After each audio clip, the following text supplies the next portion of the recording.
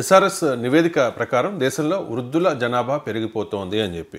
So last 50 ఇయర్స్లో చూసుకుంటే 17% తగ్గిన పిల్లల నిష్పత్తి, సంతానోత్పత్తి రేటు 5.2 నుంచి 1.9కి తగ్గింది సార్.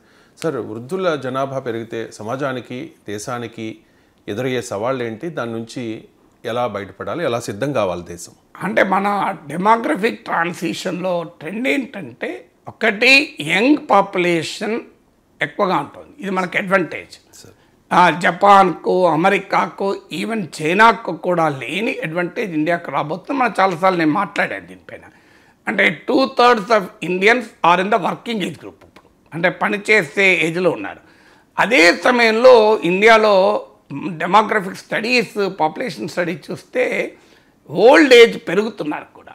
అంటే వయస్సు అధికులు, వృద్ధులకు కూడా సంఖ్య కూడా పెరుగుతూ వస్తుంది. కారణం ఏంటంటే లైఫ్ ఎక్స్పెక్టెన్సీ పెరుగుతూ ఉంటుంది. ఇప్పుడు మీరు గమనించండి, ఒకే ఇంట్లో 3 తరాలు ఉంటున్నాయి. ఇప్పుడు మా ఇంట్లోనే తీసుకుంటే మా అమ్మ ఉంటుంది నాతో. సో మా అమ్మ 82 ఇయర్స్, నాకు 61 ఇయర్స్. సో నా కొడుకు 30 ఇయర్స్ ఎబో, నా మనవరాలకు 2 ఇయర్స్. అంటే 4 జనరేషన్స్. నీకు ఆల్రెడీ తండ్రి కొడుకులు రిటైర్ అయ్యి ఒకే ఇంట్లో ఉన్న వాళ్ళు చాలామంది కనబడుతుంటారు మనకు. ఒకప్పుడు ఇలా ఉండేది కాదు. ఒకప్పుడు నీకు తండ్రి రిటైర్ అయ్యే టైంకి తాత ఉండేవాడే కాదు. సో తండ్రి, తాత రిటైర్ అయిన కుటుంబాలు చాలా ఉన్నాయి మనకి ఇప్పుడు. సో అలా ఒక 70 ఏళ్ళ కొడుకు, 90 ఏళ్ళ తండ్రి, 88 ఏళ్ళ తల్లి. చూడండి, 70 ఇయర్స్ కొడుకు, 90 ఏళ్ళ తండ్రి, 88 ఏళ్ళ తల్లి, 45 ఏళ్ళ కొడుకు కూడా 45 ఇయర్స్ వచ్చేసినాయి ఆల్రెడీ. సో ఇలా మీకు చాలా ఫ్యామిలీస్లో ఏజ్డ్ పాపులేషన్ పెరుగుతూ వస్తుంది.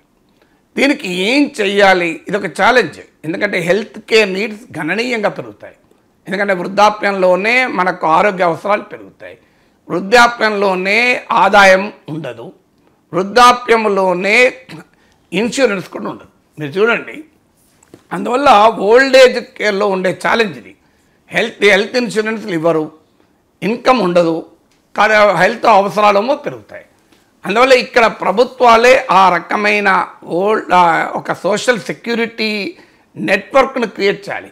ఇప్పుడు మీకు ఒబామా కేర్ అని అమెరికాలో ఈ రకమైన విధానాలు ఎందుకు వచ్చాయంటే కారణం ఇదే.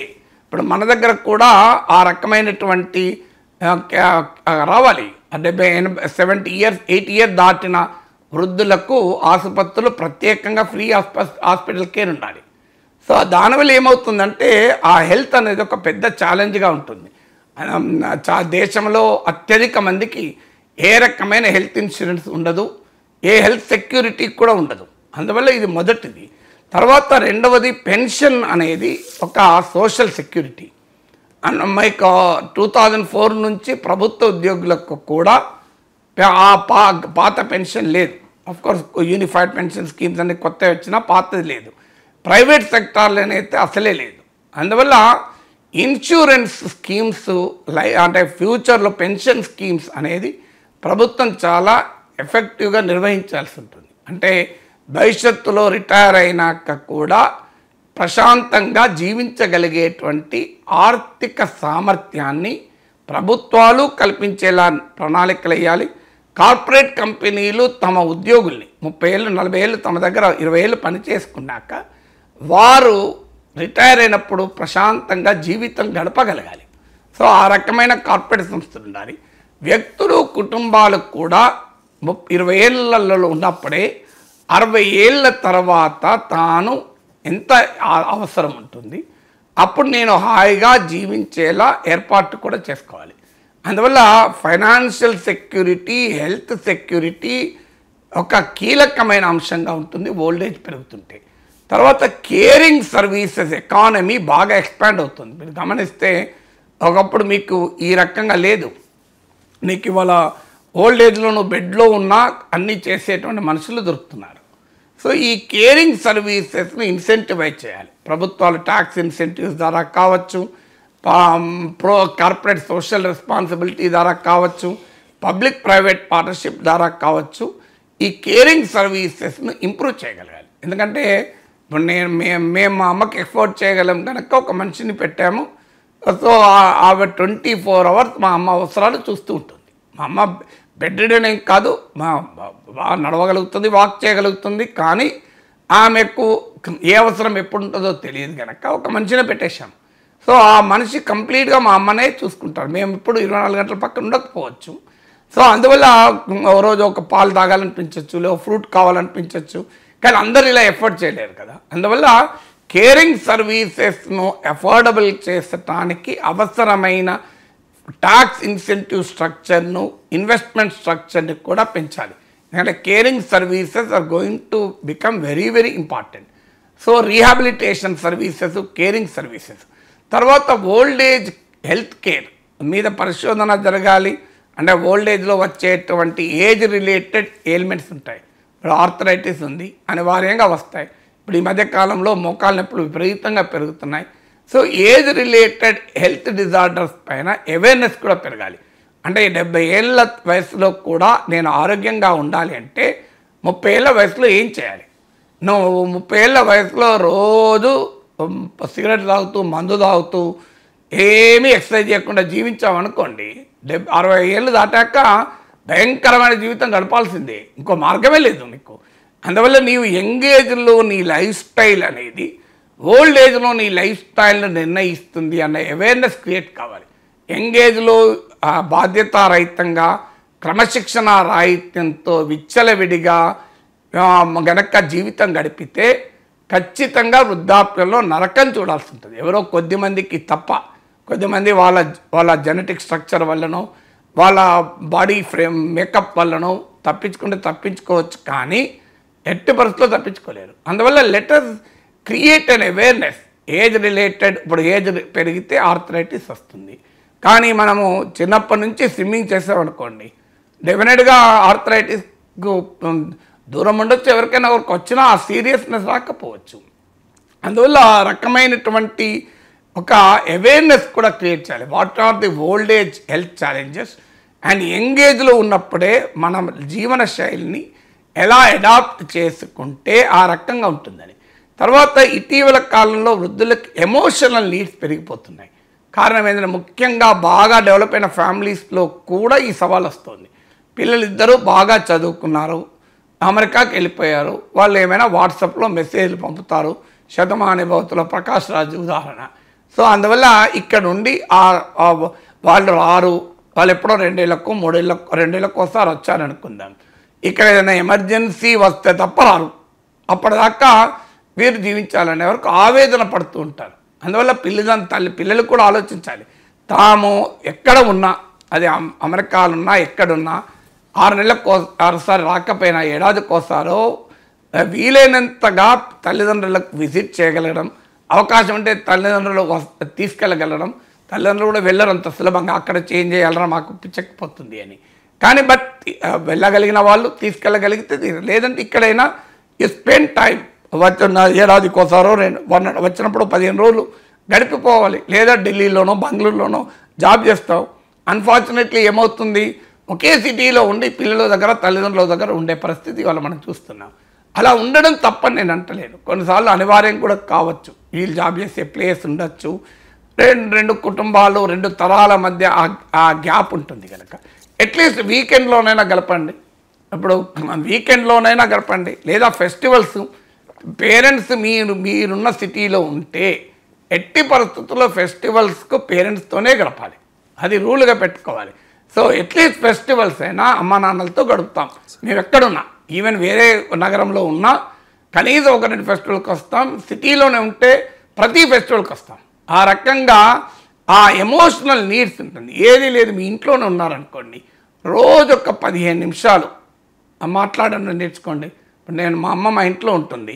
ఉదయం లేవగానే నేను చేసే మొదటి పని ఏంటంటే, మా అమ్మ బెడ్రూమ్ తలుపు తీసి, అమ్మ అంత మంచే కదా, ఎలా ఉన్నావు, టీ తాగినవా అని అడిగి మళ్ళీ ఇక్కడికి వస్తాను. ఈవెన్ ఉదయం 8:30 టీవీ షో కూడా మా అమ్మని కలిసినాకనే వస్తాను తప్ప ముందు రాను. మళ్ళీ వెల్లుడితోనే 10 గంటలకు మళ్ళీ వెళ్ళి, అమ్మ ఏ సంగతి టిఫిన్ చేసావా, మళ్ళీ నైట్ పండుకునే ముందు కూడా అమ్మ ఏదన్నా అవసరం ఉందా అని చెప్పి, అమ్మకు సెపరేట్ మనిషి ఉన్నా నా మిస్సెస్ మొత్తం చూసుకుంటుంది, అయినా నేను ఐ స్పెండ్ సమ్ టైం. అది ఎమోషనల్ నీడ్స్. అంటే వాళ్ళకి ఇంకా వేరేది ఏముండదు, నేను మా అమ్మకి డబ్బులు ఖర్చు పెట్టాల్సిన అవసరమే లేదు, మా అమ్మాయి పెన్షనర్. సో కానీ ఆ ఎమోషనల్ నీడ్స్ మనవాళ్ళు మనవరాళ్ళు ఎంత బిజీ ఉన్నా ఒక నానమ్మతో అమ్మమ్మతో తాతలతో ఒక 5 నిమిషాలు మాట్లాడండి, ఏం కొంపలు ముడతాయి. ఇలా ఒక మనవరాలతో మాట్లాడితే అసలు కంప్లీట్ 16 గంటలు పనిచేసిన అలసటంతా పోతుంది. ఒక్కసారి తాత అన్నారనుకోండి, ఇక అలసట మొత్తం పోతుంది. వాళ్ళ జీవితంలో ఎంతటి ఆనందం దొరుకుతుందో. సో ఆ రకంగా మనకు ఆ రిలీఫ్ తల్లిదండ్రులకు ఉంటుంది, పిల్లలకు కూడా ఉంటుంది. వాళ్ళకు కూడా కల్చర్ అలవాటు అవుతుంది, పిల్లలకు కూడా కల్చర్ అలవాటు అవుతుంది. సో నేను మా సన్ ఫోన్ చేస్తే సీరియస్గా మాట్లాడుకుంటుంటే నా మనవరాలు వచ్చి మా వాడి చేయి లేపి ఇట్లా పైకి లేపి సే హాయ్ టు తాత అంటాను. సో ముందు తాతను గ్రీట్ చేయని. సో అది చూసిన తర్వాత నాకు అనిపించింది ఇది వాళ్ళకి చాలరా, మొత్తం అలసనంతా పోయింది అని. సో అందువల్ల స్పెండ్ సమ్ టైం. మనవరాలకు కూడా నా విజ్ఞప్తి ఏంటంటే, మీకు సమయము ఎంత బిజీ ఉన్నా ఒక్క సండే రోజు ఎప్పుడో 10 నిమిషాలు మీ అమ్మమ్మతో నానమ్మతో తాతలతో మాట్లాడి ఏం కొంపలు ముడుగుతా, అంత బిజీ ఉందా? సో వాళ్ళకు మీకు ఏ డైలాగ్ లేకపోయినా ఏం సీరియల్ చూసావు, ఏం సంగతి, సో సినిమా చూసినావా, 10 నిమిషాలు ఇను, ఏది లేకపోతే ఫోన్ చెవులో పాట పెట్టి ఇను చెప్పింది నువ్వు, ఏం కొంపలు ముడుగుతాయి, అంత బిజీ ఉన్నారా? సో అందువల్ల ఆ రకమైనటువంటి ఫ్యామిలీ వాల్యూస్ని కూడా మనం డెవలప్ చేయాలి. తర్వాత ఒక కమ్యూనిటీ స్ట్రక్చర్స్ క్రియేట్ చేయాలి. అంటే ఇప్పుడు especially colonies apartments gated communities పెరుగుతున్నాయి కనుక వాళ్ళకు కూడా ఒక ఇన్వాల్వ్మెంట్ చేయగలిగేటువంటి ఉండాలి. మా కమ్యూనిటీలో అబోవ్ 70 వారికి కూడా గేమ్స్ పెట్టాను. ఎందుకంటే ఆ రకంగా వాళ్ళు కూడా దే హ్యావ్ టు పార్టిసిపేట్. ఎందుకంటే డెమోగ్రఫర్ చెప్పేది 80 ఇయర్స్ దాకా ఓల్డ్ ఏజ్ అనుకోకూడదు. 60 to 80 is young old, 80 and above old. నేను దీనిపైన వీడియో చేస్తే ఇప్పుడు ఒక 10 లక్షల మంది చూశారు. అందువల్ల 80 దాకా మనం వృద్ధులం అనే భావన నుంచే బయటపడాలి. సో ఏదో ఒక యాక్టివిటీలో కూడా ఉండాలి. పెద్దలకు కూడా ఏంటంటే ఖాళీ కూర్చోకూడదు. So some productive activity. అది ఎలా అంటే ఎంగేజ్లోనే ఒక ప్యాషన్ ఉండాలి, లేకపోతే పెంచుకోవాలి. ఓ మ్యూజిక్కో, ఒక స్పిరిచువల్ అవుట్లుకో, ఒక డాన్సో, ఏదో ఒక లేదో ఒక సోషల్ సర్వీసో, ఏదో ఒక అవగేషన్ ఉండాలి. అవగేషన్ లేని వాళ్ళు వృద్ధాప్యంలో నరకం అనుభవిస్తారు. ఎందుకంటే వాళ్ళకి ఏం చేయాలో అర్థం కాదు. ఎందుకంటే ఎంగేజ్లో మొత్తం ఉరుకుల పొరుల జీవితాన్ని గడిపారు, ఏ ప్రత్యేకమైన ప్యాషన్ లేదు. ఆఫ్టర్ 60-70 ఇయర్స్ ఏం చేయాలి? ప్యాషన్ ఉందనుకోండి, ఏమీ లేదు, తెలుగు పద్యాలు వినే ఆసక్తి ఉందనుకోండి, నువ్వు హాయిగా ఇవాళ డిజిటల్ టెక్నాలజీస్ వచ్చాక రోజుకు 5 గంటల పద్యాలు వినుకుంటూ ఆనందంగా గడపచ్చు. నీకు సంగీతం మీద ఇంట్రెస్ట్ ఉందనుకోండి, నువ్వు పాటల మీద ఇంట్రెస్ట్ ఉందనుకోండి, పాడుతా తీయగా రోజుకు 3 గంటలు చూడొచ్చు.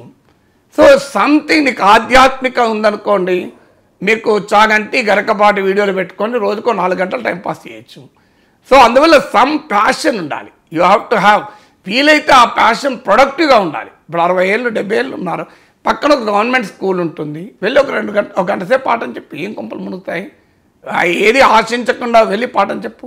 లేదా ఇంటి పక్క వాళ్లకు, మీ చుట్టూ ఉన్నటువంటి మీరు అపార్ట్మెంట్లో ఉంటే మీ సెక్యూరిటీ గాళ్ళ పిల్లలకు వాళ్ళు ఫ్రీగా ట్యూషన్ చెప్పు. కనీసం వాళ్ళు జీవితంలో పైకి వస్తే మిమ్మల్ని గుర్తుపెట్టుకుంటారు కదా, మీకేం సంపాదన అవసరం లేదు, మీరు ఆల్రెడీ టీచ్ దెమ్. మీకు మీ ఇంట్లో పని మనుషుల పిల్లలకు, చుట్టూ ఉన్న పేద పిల్లలకు మీరు ఫ్రీగా ఇంట్లో పిలిపించి క్లాసులు చెప్పండి, ట్యూషన్ చెప్పండి. సో ఆ రకమైనటువంటి యాక్టివిటీ, ప్రొడక్టివ్ యాక్టివిటీలో ఉంటే మనకు ఓల్డేజ్ గుర్తురాదు, లేకుంటే ఓల్డేజ్ శాపంగా పరిణమిస్తాయి.